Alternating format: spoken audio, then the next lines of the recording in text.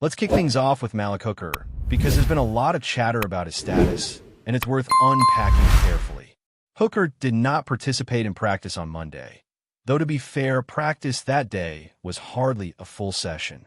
Reports indicated he was dealing with a toe issue, and while some outlets referred to it as a sore toe, I'm not ready to hit the panic button just yet. It's one of those situations where timing and context matter far more than the initial headlines.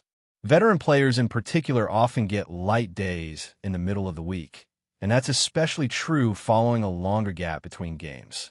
The key takeaway is to monitor him closely as the week progresses, particularly during the Wednesday and Thursday sessions. If Hooker shows up limited or even participates in a limited capacity, that's usually a strong indicator that he's on track to be active on game day. The past performance should give us some reassurance too. After a solid debut in the 2025 season, there's reason to believe that a minor toe issue won't derail him. Still, football being football, we watch, we analyze, and we prepare for all possibilities. That's how you approach injuries in the NFL, cautiously, but not hysterically, unless the situation clearly escalates. Moving over to the young talent, the topic of Jaden Blue has sparked a lot of discussion. He was a healthy scratch in Week 1, which caught a lot of fans off guard. Being a healthy scratch doesn't necessarily mean a player is injured. It simply means they didn't get on the field due to coaching decisions, depth chart considerations, or performance evaluations during the week. In Blue's case, the head coach's remarks shed some light on the reasoning. Essentially, there's a theme of consistency and earning your reps. The mantra of competing every single day is not just a catchphrase. It's an operational standard. For younger players, showing up and performing well one day and then falling off the next doesn't meet the bar. It's not about talent alone. It's about consistent preparation, mental focus, and reliability. Blue is extremely talented, no doubt, but talent without consistency won't always translate into playing time. The coaching staff is making it clear that young players must demonstrate day in, day out commitment if they want to see the field, and that extends beyond practice into how they prepare, how they engage with the team, and how they respond to feedback. It's a tough environment, but that's the NFL. There's no entitlement based on potential alone. Performance is earned, not granted. Then there's the broader picture with other young players as well. The Cowboys had several inactive players in Week 1, including a Johnny Cornelius, Myles Smith, and Shamar James. Some of these decisions might have been influenced by roster numbers or situational strategy, but the coaching philosophy seems clear. If you want to play, you must be consistently reliable. Myles Smith's situation is particularly interesting because it seems to combine performance expectations with practical roster dynamics.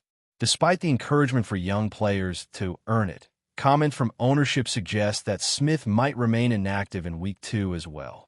That creates an interesting tension. On one hand, the team emphasizes meritocracy and effort in practice. On the other hand, roster realities and strategic considerations can override the pure earn-it narrative. It's a delicate balance, and for a player like Smith, it means there's added pressure to make a significant impression during every opportunity to train and practice. Meanwhile, Shamar James might fall into the same category of needing to prove consistency before earning active status. These situations highlight a recurring theme in professional sports. Potential alone doesn't guarantee opportunity, and even talented players need to navigate team strategy, positional depth, and the sometimes unpredictable nature of coaching decisions. At the same time, there's an intriguing mix of strategic patience and urgency when it comes to contract extensions and player retention, specifically regarding Tyler Smith. The dialogue around Smith's potential extension demonstrates how front offices juggle long-term planning with immediate season priorities. There's no official hard deadline yet, which allows both sides to maintain flexibility. Players want to focus on performing at their best during the season, while the team aims to secure top talent without rushing negotiations prematurely. The numbers being discussed for Smith are substantial, reflecting his value and the broader market dynamics of NFL contracts for elite linemen. Fully guaranteed figures, average annual value, franchise tag projections. These are the metrics that define not just the contract itself, but also the timing and strategy behind reaching an agreement. It's not simply about money. It's about maintaining team stability, keeping key players motivated, and ensuring the roster is built to compete over multiple seasons. In this context, the Cowboys are balancing urgency with patience, aware that the start of the 2026 free agency period represents a more critical threshold for timing any potential deal. Returning to the practice field, the nuances of young player development remain front and center. Coaches emphasize that consistency is the ultimate measure of a player's readiness. Talent will get you noticed, but reliability and day-to-day effort determine whether you actually take the field on Sundays.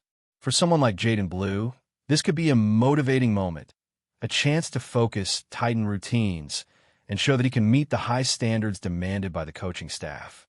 The same applies to Cornelius, Smith, and James. Each has the opportunity to make an impression, but the margin for error is slim. NFL teams operate with razor-thin expectations for performance, both in practice and in preparation. Missing a single element, whether mental or physical, can mean losing your spot on game day. At the same time, there's always the balancing act of roster strategy. Who is needed on special teams, who is being preserved for long-term development, and who must earn snaps through sheer consistency. It's an intricate puzzle that challenges not only players, but also coaching staff and front office strategists. Through all of this, fans are watching closely, analyzing, and forming their own predictions about who will emerge as the active contributors in Week 2. Will Jaden Blue take that next step and show he deserves a role? How will Myles Smith respond to limited opportunities and external commentary? What about Shamar James? Can he rise above initial challenges and prove himself? Each scenario carries implications not just for individual players, but for the overall team dynamics, game planning, and even contract considerations. Coaches are not just evaluating physical talent. They are observing maturity, consistency, and the mental approach to preparation.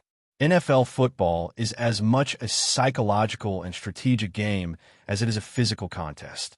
In this environment, every drill, every practice snap, every film session carries weight. The young players who recognize that and respond accordingly are the ones who transition from being prospects to becoming reliable contributors on Sundays. Meanwhile, the focus on Malik Hooker and the impact of his availability cannot be understated. A player of his caliber anchors the defense, and even a minor injury can have ripple effects through game planning.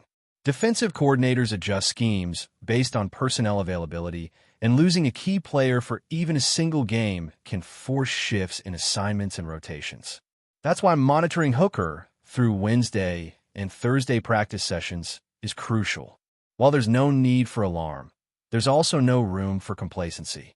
The NFL is an environment where timing, health, and opportunity intersect in ways that could define a season. A toe injury might seem minor, but the difference between full participation and limitation can shape matchups, rotations, and overall defensive effectiveness. Fans, analysts, and coaches alike pay close attention to these details because they matter when the field lights come on and the games begin. Now let's shift our attention back to the young players and the broader implications for the Cowboys roster. Jaden Blue's situation is especially compelling because it reflects a tension that exists across the team between potential and performance. Blue is undeniably talented, and there's no question that when he's on the field, he brings an impact that can swing momentum. But in the NFL, raw talent isn't enough. Execution and consistency are everything. Coaches are constantly evaluating not just physical skill, but mental readiness, effort in practice, and reliability. Week 1 served as a wake-up call for Blue. He saw the sidelines not because of injury, but because he hadn't yet demonstrated the day-to-day consistency required to earn snaps. That's a tough lesson, but one that can serve as motivation. A player with Blue's ability has the tools to turn it around quickly, yet he has to channel that talent into disciplined preparation. The difference between a promising prospect and a dependable starter often comes down to this type of work ethic, and the pressure to internalize that message starts immediately.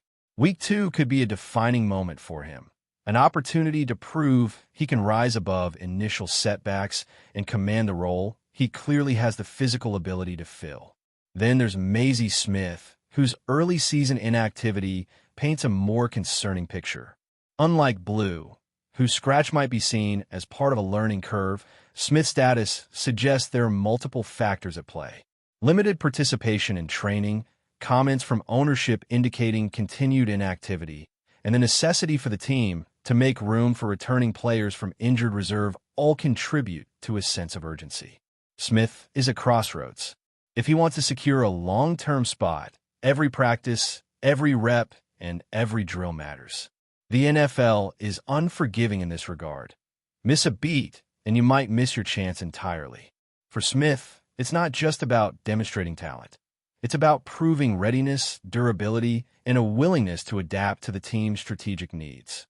Early season inactivity isn't unusual for rookies or younger players, but repeated scratches in the first few weeks raise questions about where a player fits in the depth chart. It's an environment where evaluation is relentless, and even minor missteps can have long-term consequences. For Smith, the challenge is clear.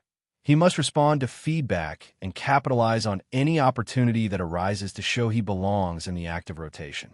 Shamar James also fits into this broader narrative of young players striving to make their mark. His Week 1 scratch, paired with special teams activation for a teammate, hints at a coaching staff carefully managing personnel while emphasizing accountability. James, like the other young athletes, faces the dual challenge of mastering his assignments while also demonstrating consistency in every aspect of preparation. Coaches are constantly observing how players respond to guidance, adapt to adjustments, and maintain focus throughout the week. For young players, these observations can determine the difference between being inactive and seeing meaningful snaps on game day. James's journey underscores a broader theme. NFL development isn't linear. Talent alone won't guarantee playing time, and external factors, such as roster composition, injuries, and team needs, interact with individual performance to shape opportunities. Each practice becomes a proving ground, a chance to earn trust, and a stage to demonstrate that potential can be transformed into tangible contributions on the field. Meanwhile, discussions around Tyler Smith's potential contract extension illustrate another layer of complexity for the team.